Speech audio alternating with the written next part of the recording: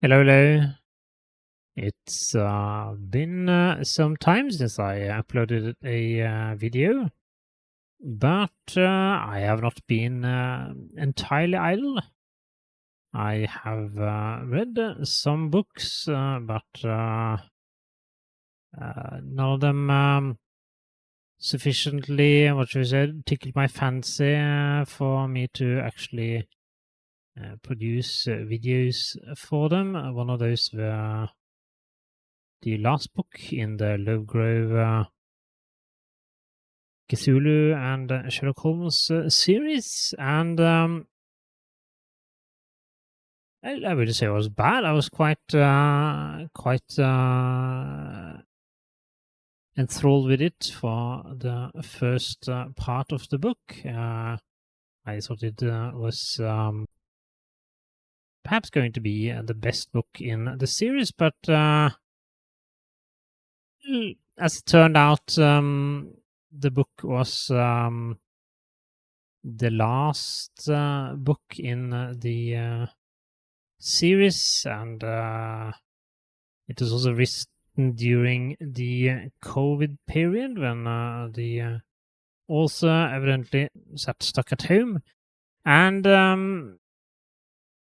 as a result, it was, let's say, more depressing than providing escapism. So at the end of the book, when I read the final part of the story and also the afterword by the author, I didn't really feel like I wanted to create a video, so I skipped that one. And there was also the Return of the Pharaoh book, which I also read, and while not necessarily bad, it went in a slightly different direction than what I hoped for. So I was also not entirely motivated to create a video based on that book. I did, however, amusing enough, feel like reading the Agatha Christie book Death on the Nile while reading that book. So while I still haven't done so, I have obtained a copy for a later time. So that's the things that I've done that have not really resulted in anything, but I have now also read the first book in the Sherlock Holmes versus Cthulhu series, The Adventure of the Deadly Dimensions, and it's a book that was written by Lois H. Gresh. And my commentary, or rather review, or what you want to call it, of this book is split into two parts. First, the bit where I record some thoughts before reading the book, and then a short commentary after having completed the book. And you might as well start at the beginning before reading the book, and hopefully there will be something interesting there. So with that, I give the mic over to my earlier self. Goodbye for now. Hello, and welcome back to another video. And this time I am going to look at another book in what I guess can be called the subgenre of Cthulhu versus Sherlock Holmes. And this somewhat specific subgenre is actually quite populated, well, relatively so, And while it's not necessarily my favorite genre, I do enjoy looking at titles that fall under this category. And I have already on this channel the Sherlock Holmes The Awakened game playthrough, which is one such title. It has Sherlock Holmes being pitted against cultists that worship Cthulhu, and I also looked at the 3 first books in the Cthulhu Casebook series, and this is again a book series that has Sherlock Holmes pitted against creatures and powers from the Lovecraft Mythos. And, the book I am looking at today is the first in the Sherlock Holmes vs. Cthulhu series by Lois H. Gresh. And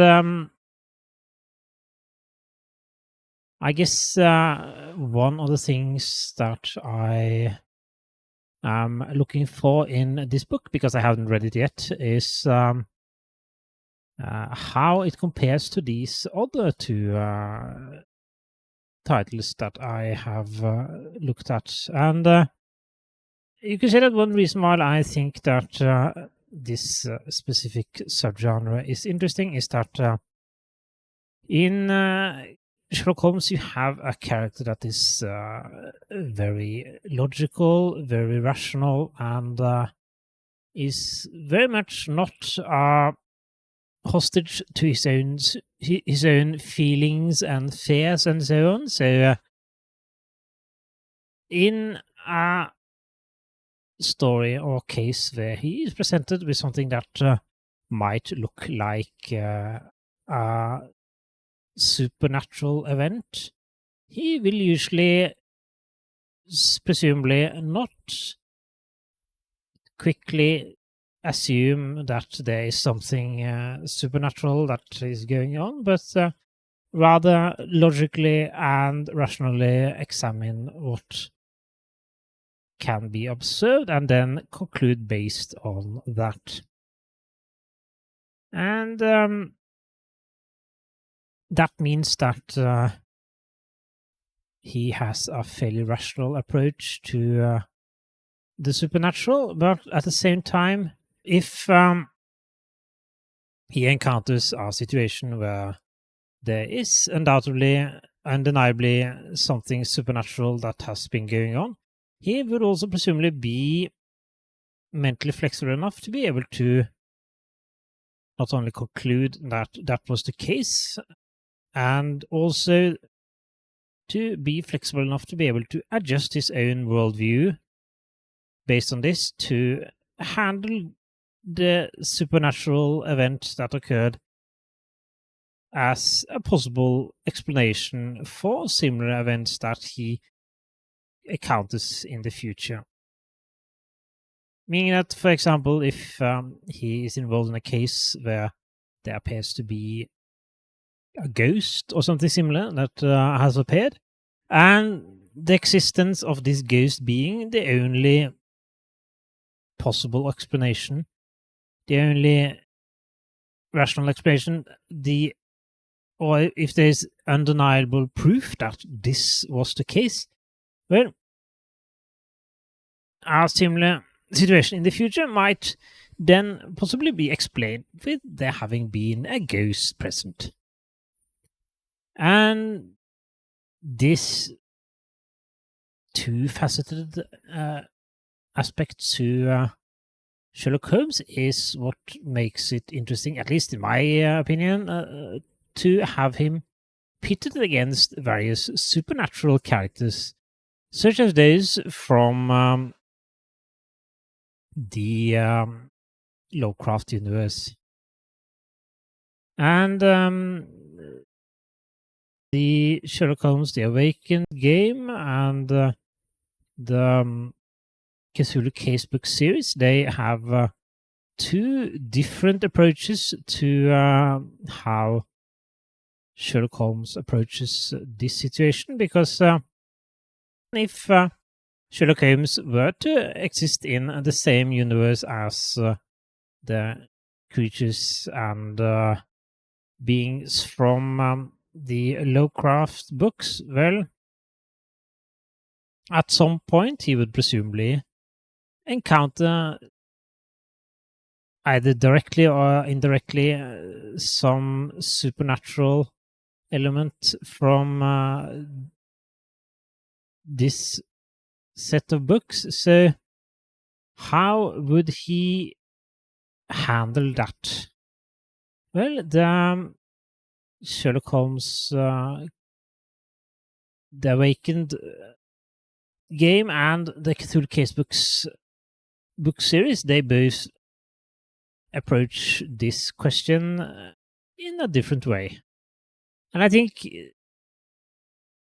how this is handled is one of the more interesting aspects of having Sherlock Holmes pitted against something supernatural, to see exactly how he discovers or examines these potentially supernatural elements, and then when a point is reached where there is undeniably something supernatural that's been going on, how he handles this.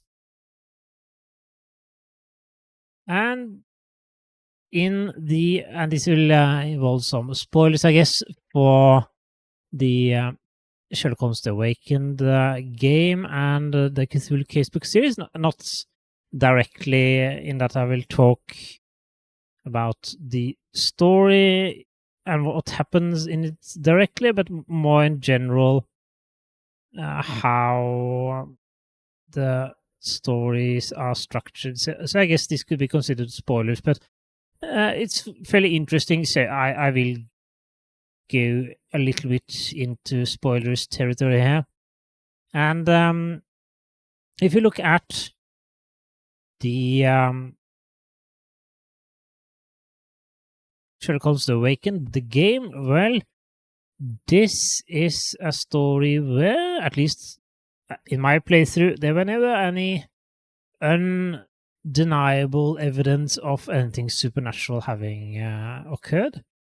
You have these sequences that I suppose are dreamlands, supposed to be something like this, where he experiences things that are outside his normal experience. But these always happen in a way that it can be explained away by him being impacted by drugs or having some kind of hallucination or being under pressure and so on. There's never the undeniable proof that something supernatural actually occurred.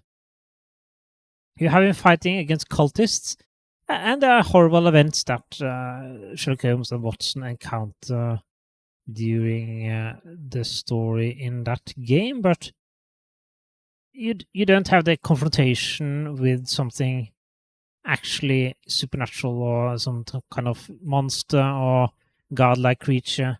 So there's no the undeniable proof that would necessitate Sherlock Holmes having to change his worldview. So instead you have these hints at something supernatural, and this unknowing is perhaps what causes the mental stress that you have on his character in the games. So that is at least my interpretation of what happens. So his sanity is negatively impacted by not necessarily the events that he experienced, but rather the uncertainty connected to whether what he has experienced is something that is actually real, or whether it's simply a hallucination or a sign of madness. And this uncertainty is perhaps what is a mental detriment to his character in this game. And this kind of madness or mental pressure is not strange in a story where you have Lovecraftian creatures. If I recall correctly, in some of the older editions of the Call of Cthulhu RPG, you had this stat that concerned knowledge about the Cthulhu mythos, and the higher this stat became, the more you knew about the Cthulhu mythos, the lower your sanity became. So it was inversely related to the sanity of the character. And this sort of makes sense. The more of these very otherworldly things you know about, the less sane you become. So having the character of Sherlock Holmes become more and more mentally unstable through the game, that's fitting perhaps for the genre. But you never get this payoff of having Sherlock Holmes actually knowing that there's something supernatural that is going on. He's never exposed to undeniable knowledge about these creatures and gods and so on. So you never get that payoff in the game, unfortunately. At least not, I didn't get it in my playthrough. And then you have the Cthulhu casebooks, where a very different approach is taken. Instead of never getting to know whether there's something going on or not, the character of Sherlock Holmes, he gets to know all these fantastical and supernatural elements that exist in the Lovecraft universe at the start of the first book. And then we see him taking that knowledge into consideration and then choosing to fight against what is obviously a threat against mankind. So you have from the start this reaction of Sherlock Holmes to the knowledge, the certain knowledge of the existence of these threats. And the book series sort of goes into some of the adventures or cases that he has that concern these Lovecraftian creatures and the cultists and so on. But, and again, in contrast with Sherlock Holmes The Awakened, this book series, Cthulhu Casebooks, takes a fairly light touch to the mental strain that this knowledge places upon both Watson and Sherlock Holmes. I think you had some elements of this, but overall, I would say that both of them handle it quite well, considering the extent of the knowledge and the extent of what they do and experience and how they apply the knowledge and so on. I would say they are fairly unaffected negatively by all this knowledge that would drive novel men mad. So they handle it quite well, and you could say that they handle it exceptionally well, perhaps. In the fourth book, you have this comment by Watson that Sherlock Holmes stopped using these drugs that he, at least in the original books, was usurer, and he replaced this habit with something else. But that's perhaps something that, again, points to this author having chosen to take a rather light touch to how this knowledge of these things affects Sherlock Holmes.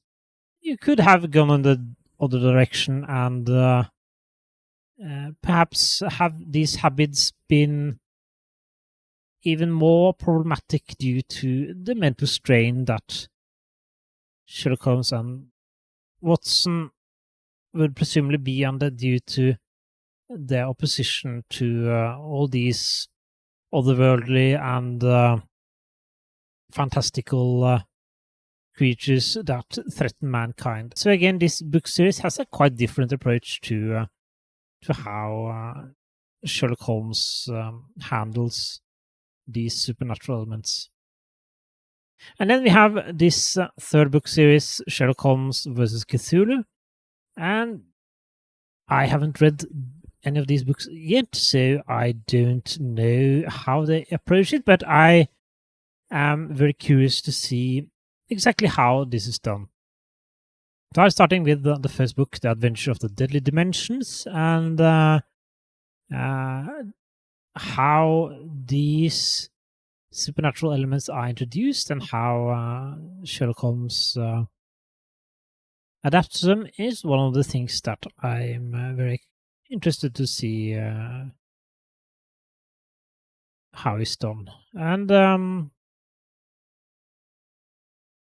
apart from this, well, there's always it's always interesting to see how modern authors approach character of Sherlock Holmes, and there are quite a few modern versions of these stories. So this is also be interesting.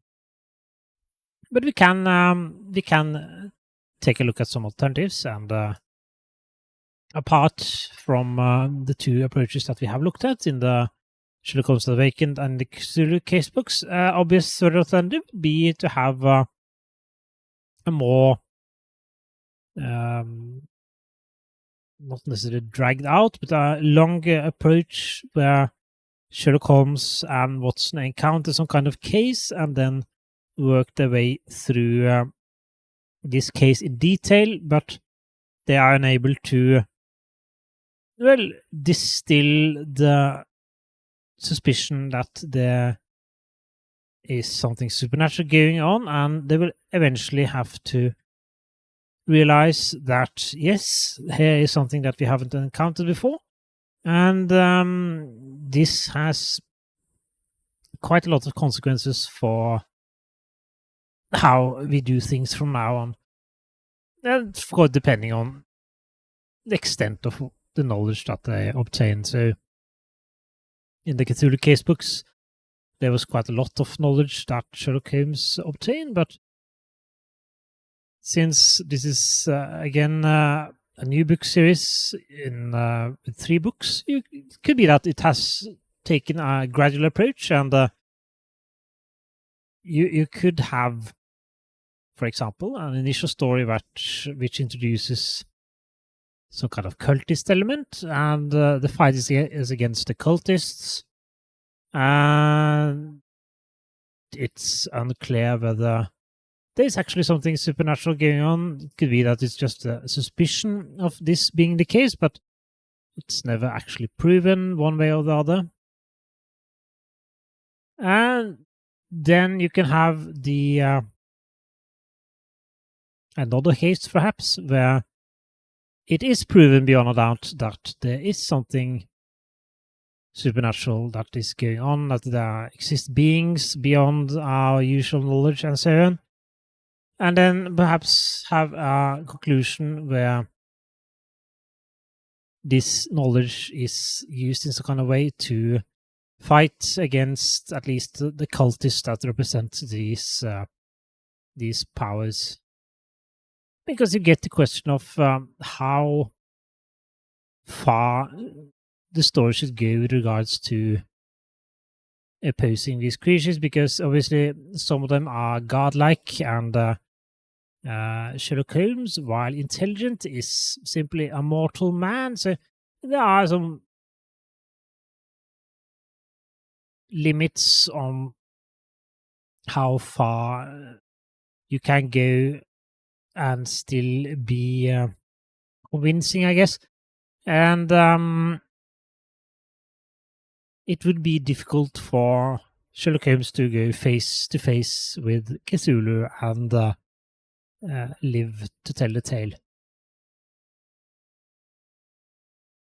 but he can always face off against the cultists. And if that's the case in this book or not, that I don't know, but I will hopefully soon find out. And I will continue this discussion, as I noted, when I have completed the book. So, but for now, thank you, and I will hopefully be able to continue soon.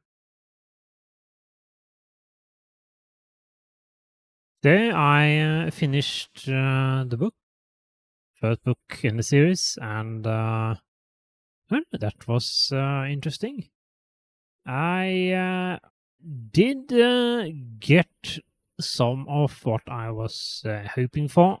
This book takes a slightly different approach to how Holmes experiences and handles the concepts of the supernatural actually existing.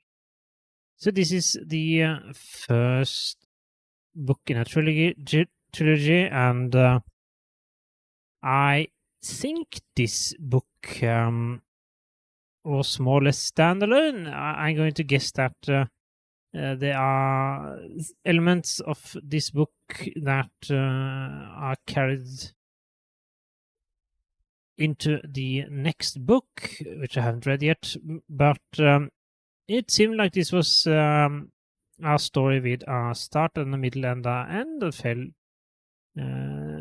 satisfactory conclusion to the narrative, but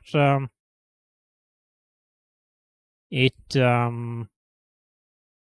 probably does not represent the final say in this series, naturally, since well, it's called Sherlock Holmes versus Cthulhu, and it's a 3-book series, so one would expect there to be more things that happened regarding the Cthulhu mythos in the 2 other books also. So this book does not represent the last word in a conflict between Sherlock Holmes and the supernatural elements found in the Cthulhu mythos, but it does seem at least to have ended the particular case of well, cult activity, I guess you can say, that happens in this book, in the story in this book. And I'm going to try to avoid too many spoilers, but it took me some time to finish this book. Some time passed between I started and I finished. This was partly due to other obligations, and also due to I guess I wasn't entirely consumed by the storyline initially, so that meant that it was easier to put it aside than it would have been if I had been more engrossed in the story. And I guess I'm not quite certain as to why. Perhaps there were some elements that were chosen for opposition to Sherlock Holmes that did not sufficiently entice my imagination, but we will see. So I did manage to complete it, and I must say that my appreciation for the book grew as it neared its end, and I feel that I got much of what I wanted with regards to how you have Sherlock Holmes and encountering the supernatural here, because again, I'm not going to go in a very much detail, but compared to the game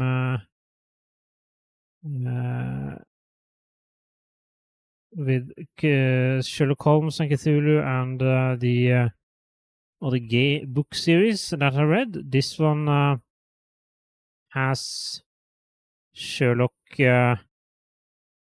be very skeptical naturally initially, and then we get a more drawn out period in which he comes to realize that in this case there might be more than meets the eye when it comes to the strange things that happen in its story.